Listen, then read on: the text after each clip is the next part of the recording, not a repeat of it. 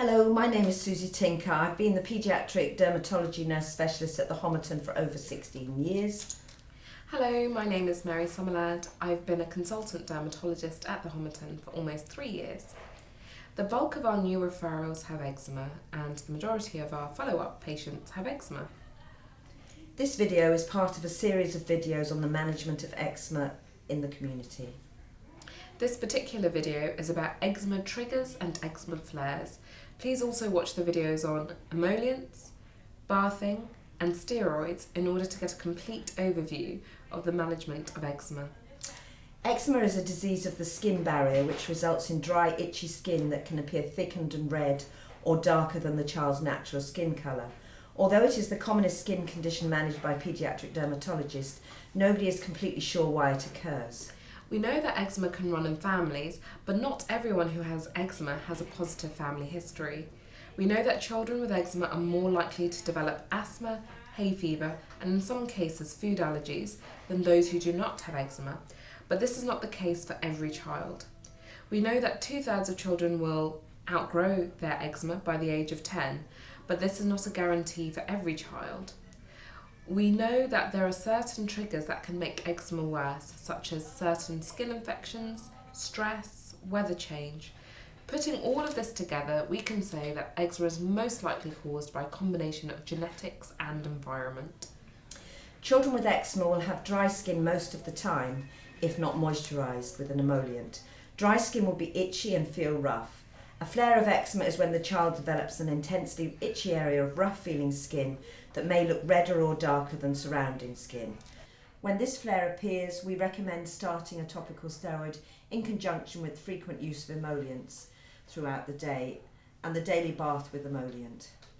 Although eczema can flare at any time, there are certain triggers to bear in mind. The biggest and most predictable trigger is dry skin. The good news is this is completely avoidable by using emollients throughout the day, every day, and the daily bath with an emollient. Illness can trigger eczema flares, especially illness accompanied by fevers. Remind parents to pay careful attention to skin when their child is unwell. Topical steroids can continue to be used even if a child needs antibiotics or has been admitted to hospital for any reason. Teething can trigger a flare of eczema, especially the skin on the cheeks, chin, neck and upper chest. This is due to saliva or drool irritating the skin. To combat this, advise parents to use a bib, ensure they reapply emollient on the neck, face and upper chest before and after eating, and by using topical steroids if necessary. Try to pat saliva dry frequently and clean the face with a little bit of emollient and water after eating. Avoid wet wipes, they are convenient but they will exacerbate eczema. Skin infections are more common in children with eczema as the skin, if undertreated eczema, gets cracked through scratching, which allows the bacteria in. Sometimes it can be difficult to tell the difference between active eczema and infection. One tip is children scratch eczema while they tend to avoid touching areas of infection as the skin will feel painful. Infection of the skin can cause crust, weeping, swelling and pain. The child may have a fever, be irritable or not quite themselves. Instruct parents to see the GPs. GPs should take a swab from the skin if infection is suspected and start oral antibiotics. Topical antibiotics are often not enough to treat infected eczema. Children with eczema are sadly more prone to get the herpes virus. This is known as eczema hepaticum and can be life-threatening. It presents with small blisters which quickly break down into ulcers. It is very painful and often accompanied by fever and irritability.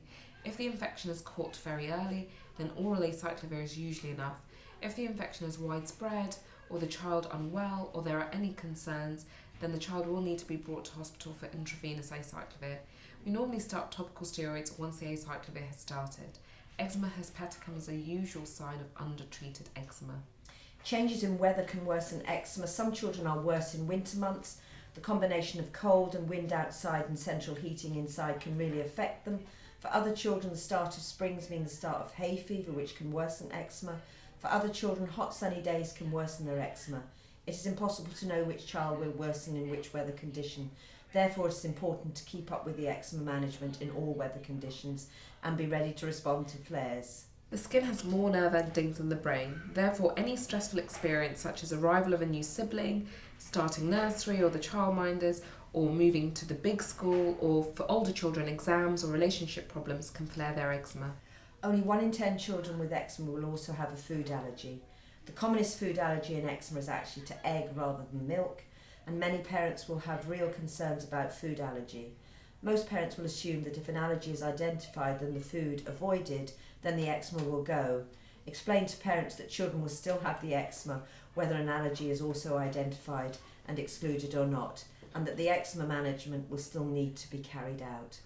If there are genuine concerns over food allergy, then the GP should assess the child and refer to paediatric allergy if deemed necessary. The use of antihistamines is not recommended for the day-to-day management of eczema, as they do not alter the itch of eczema. In the short term, sedating antihistamines for no longer than 1 week can be useful for children experiencing severe flares, as the sedating effect will help with sleep. Many children can spend several minutes to hours per day scratching. This can be very distressing. Scratching can occur due to undertreated eczema, in which case the remedy is to instigate an appropriate eczema regime. If the skin is looking well hydrated with no active eczema, some children will continue to scratch out of habit. To minimise habitual scratching, ensure the skin is always well hydrated with emollients and that the nails are trimmed and short as possible. Often this alone, in combination with treating eczema, is enough to break the itch-scratch cycle. Some parents will report that they use steroids every day without a break. Check with them whether they mean that they are treating the same patch of eczema continuously, or whether they mean that they need to treat eczema on different parts of the body.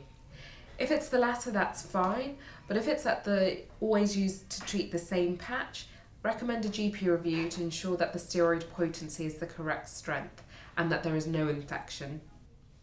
The main take-home message for managing flares is to be prepared. Insurance parents have adequate amounts of emollients and steroids and that they are consistent with use. And the last thing to say is many parents will try and buy under-the-counter products for their eczema. Please always double check with parents about everything that they are using on their child's skin. Review the packaging and ensure that there are no potent steroids involved. Thank you.